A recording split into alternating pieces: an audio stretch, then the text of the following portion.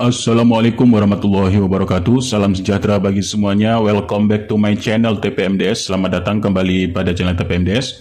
Sobat-sobat TPMDS manapun berada, informasi terbaru rekrutmen ASN P3K tahun 2022. Nah, ini ada untuk informasi terkait dengan rekrutmen P3K guru, P3K kesehatan, serta P3K teknis, Bapak Ibu.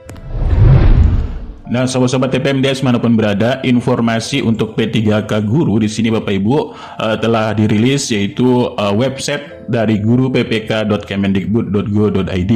Nah, sekarang ini sudah sampai progres, yaitu tahap untuk referensi program studi dan linearitas. Ini sudah full, kemarin ini belum full ya. Nah, kemudian perkembangan terkininya juga Bapak Ibu untuk seleksi observasi juga di sini sudah sampai untuk tahap uji coba sistem ya. Nah, di sini tahap uji coba sistem sampai dengan tanggal 11 Oktober 2022. Itu artinya Bapak Ibu setelah tahap uji coba ini nanti akan yaitu integrasi data ya. Nah, setelah itu integrasi data persiapan pendaftaran, dan nanti pendaftaran dimulai pada SSCASN. Nah, itu artinya di sini tanggal 11 ini masih ada, yaitu agenda untuk uji coba. Nah, kemudian Bapak Ibu ada yang bertanya, apakah jika nama-nama Bapak Ibu sudah masuk dalam sistem tahap uji coba ya untuk yang observasi di sini, apakah itu benar sudah masuk? Ya Bapak Ibu, karena di sini uji coba sistem ini adalah untuk melihat sistem ini apakah bekerja dengan baik dengan masuknya yaitu guru-guru yang akan diobservasi. Makanya di sini ada tahap uji coba tanggal 11 ini Bapak Ibu ya, 11 Oktober ini. Jadi alhamdulillah jika nama-nama Bapak Ibu sudah masuk pada tahap uji coba ini, karena tahap uji coba ini sistem ini akan menggunakan data yang sebenarnya. Karena untuk persiapan harus menggunakan data-data yang sebenarnya. Namun untuk pertanyaan dan lain sebagainya ya itu hanya untuk contoh ataupun uji coba saja. Tapi kalau untuk nama kemudian data-data Bapak Ibu itu yang sebenarnya. Jadi ini tahap uji coba adalah sistem ini apakah bekerja dengan baik atau tidaknya. Nanti untuk pembukaan ya, nanti untuk pembukaan dan pendaftaran di SSCASN, dan nanti Bapak Ibu untuk yang prioritas 2 dan 3 ini Bapak Ibu nanti akan diberi link untuk login Bapak Ibu dengan username dan password oleh kepala sekolah dan ataupun guru senior. Nah, selanjutnya Bapak Ibu, di sini dalam tahap ini Menpan RB juga telah memberikan yaitu dalam kebijakan untuk tindak lanjut pengadaan dan pendataan. Nah, untuk tenaga guru alhamdulillah di sini Bapak Ibu ya, prosesnya ini sudah tahap dalam proses seleksi, yaitu nanti dibuka itu sekitaran mungkin di sini kalau uji cobanya tanggal 11 sekitaran nanti pertengahan lah ini Bapak Ibu ya, kalau tidak ada halangan lainnya. Kemudian Permenpan RB-nya sudah siap. Nah, untuk tenaga kesehatan sendiri ini masih dalam tahap koordinasi, tapi menuju kesiapan Bapak Ibu ya, karena tenaga kesehatan serta tenaga fungsional teknis lainnya ini dalam tahap konsolidasi penyelarasan data dalam SIS-DMK dengan usulan dari formasi. Karena yang dibuka tahun ini hanya 3 Bapak Ibu ya. Untuk tahun 2022 tenaga guru, tenaga kesehatan, dan tenaga teknis lainnya ini yang siap. Dan untuk tenaga jabatan pelaksana, tenaga dasar ini masih on progress dalam konsiliasi ya berdasarkan dari pendataan nanti untuk aplikasi BKN. Artinya ini masih dalam tahap pendataan terlebih dahulu Bapak Ibu.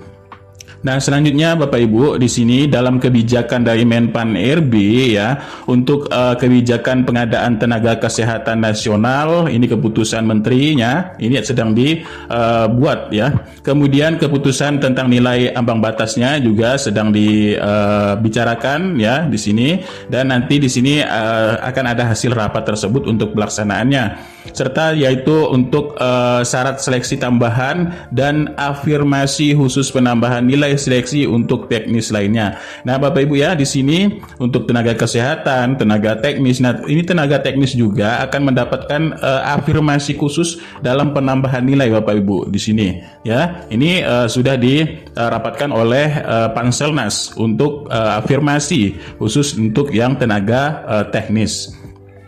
Nah, kemudian untuk P3K guru, karena ini masih dalam tahap referensi program studi dan linearitas Bapak Ibu ya. Nah, Kemendikbudristek juga telah ya merilis terkait dengan untuk referensi program studi dan linearitas sesuai dengan mekanismenya Bapak Ibu ya. Nah, untuk menentukan Bapak Ibu di sini kategori P1, P2, P3 serta pelamar umum, Bapak Ibu di sini yang perlu diperhatikan adalah linearitas ya, sesuai dengan progres tersebut ini. Ini progresnya adalah program studi dan linearitas. Nah, linearitas apa saja yang diperlukan untuk menentukan Bapak Ibu ini masuk ke dalam P1, P2, P3 atau pelamar umum ya. Ini adalah Bapak Ibu harus benar-benar yaitu memperhatikan untuk data Dapodik Bapak Ibu ya. Nah, jadi di situ ada info GTK ya, kemudian guru berbagi dan sebagainya, serta yang perlu atribut yang utama adalah NIK ya. NIK yang perlu utama, kemudian nanti di sini ada riwayat ajar dan kualifikasi. Nah, ini ya untuk linearitas, yaitu linearitasnya adalah S1 dan D4. Kemudian kalau ada serdik, ini jenis sertifikat dari Kemendikbud, serdiknya apa ya, sesuai dengan Permendikbud nomor 16 tahun 2019. Serta di sini formasi mata pelajaran apa yang sesuai untuk Bapak Ibu. Nah, ini ya Bapak Ibu ya untuk menentukannya. Dan untuk yang prioritas 1 ini karena sudah kemarin sudah verbal ijazah dan lain sebagainya ya. Jadi di sini Bapak Ibu tinggal ditentukan, yaitu Bapak Ibu masuk ke nilai yang sudah didapatkan, kemudian sesuai dengan linearitas yang sudah disesuaikan dari pendapatan nilai yang kemarin Bapak Ibu untuk P1. Nah, untuk yang P2, P3 serta pelamar umum ini masih disesuaikan, yaitu untuk referensi program studi dan linearitas. Nah, Kemendikbud juga sudah merilis Bapak Ibu terkait dengan linearitas tersebut ya, untuk yaitu keputusan ya, keputusan resmi dari Kemendikbudristek di sini terkait dengan kualifikasi akademik dan sertifikat pendidik dalam pendaftaran seleksi pegawai pemerintah dengan perjanjian kerja untuk jabatan fungsional guru tahun 2022. Kalau sesuai dengan dasar-dasar hukum di sini Bapak Ibu ya, kemudian untuk pendaftaran seleksi syarat utamanya adalah yaitu Bapak Ibu memiliki kualifikasi akademik yang sesuai, yaitu S1 ataupun D4 ya, serta memiliki sertifikat pendidik bagi yang memiliki serdik. Dan untuk calon P3K guru ini mendaftarnya harus sesuai dengan sertifikat pendidik yang dimilikinya. Berarti yang dilinerkan adalah sertifikat pendidik Bapak Ibu. Apabila tidak memiliki serdik Bapak Ibu ya, maka calon P3K untuk guru ini mendaftar sesuai dengan kualifikasi akademik atau sesuai dengan ijazah yang dimiliki oleh Bapak Ibu. Serta yang keempat, daftar kualifikasi akademik serta serdiknya untuk mengisi bidang tugas atau mata pelajaran yang akan dilamar oleh P3K guru. Ini sudah tercantum dalam lampiran surat edaran direktur ini Bapak Ibu ya. Nah, jadi untuk linearitas ijazah maupun serdik kita mengacu pada yaitu Permendikbud atau peraturan Kemendikbud yang sudah dikeluarkan, yaitu di tahun 2022 dengan nomor 4757. Nah, ini Bapak Ibu ya yang sesuai yaitu dengan serdik ataupun kualifikasi akademiknya. Nah, ini yang disesuaikan kualifikasi akademik ya. Ini misalkan program ataupun ijazah S1 ataupun D4 Bapak Ibu. Nah, ini contohnya misalkan bimbingan konseling memiliki serdik bimbingan konseling. Nah, maka Bapak Ibu di sini bisa mengajar mata pelajaran guru kelas ya untuk di satuan TK umpamanya di sini. Dan lain sebagainya untuk SD ya di sini Bapak Ibu ya. Nah, Bapak Ibu bisa mendownload ini juga Bapak Ibu pada laman guru.ppk.kemendikbud.go.id terkait dengan yaitu kualifikasi akademik dan sertifikat pendidik P3K tahun 2022. Ini Bapak Ibu ya.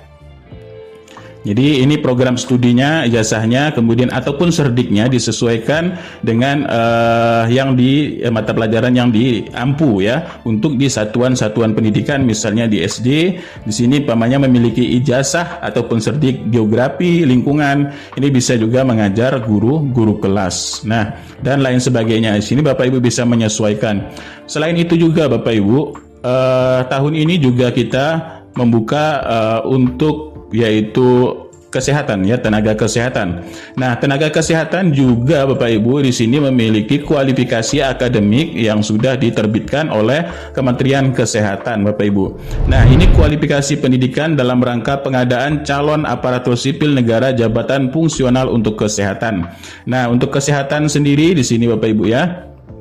Untuk kualifikasi, nah ini untuk jenjangnya, seandainya di sini jabatan ASN-nya apa, di sini kemudian jenjangnya apa. Nah, maka di sini misalkan administrator untuk kesehatan, kemudian keahlian pertama muda atau media, ini kualifikasi akademiknya yaitu S1 atau D4 pada bidang kesehatan. Ini yang linernya adalah S1 kedokteran, S1 kedokteran gigi, S1 atau D4 keperawatan ya, dan lain sebagainya. Bapak Ibu di sini banyak sekali.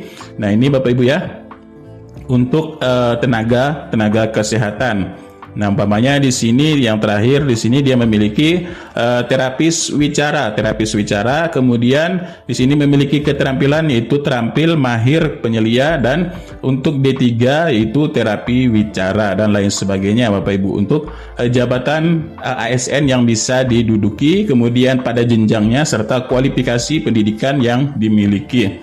Nah, ini untuk tenaga kesehatan. Lalu untuk tenaga teknis sendiri Bapak Ibu di sini sesuai yang dirilis oleh Menpan RB ya, pada yaitu untuk penetapan formasi, maka tenaga teknis Bapak Ibu di sini sudah diberikan langsung untuk kualifikasi ya, kualifikasi pendidikan Bapak Ibu yang sesuai. Misalkan jabatan ahli pertama administrator database kependudukan di Dukcapil, maka kualifikasi pendidikan ini yang sesuai adalah S1 Manajemen Informatika ataupun S1 Sistem Informasi. Nah, ini maka nanti Bapak Ibu bisa ditempatkan, misalkan di sini unit penempatnya adalah di kantor bupati ataupun di kantor camat ya Bapak Ibu di sini.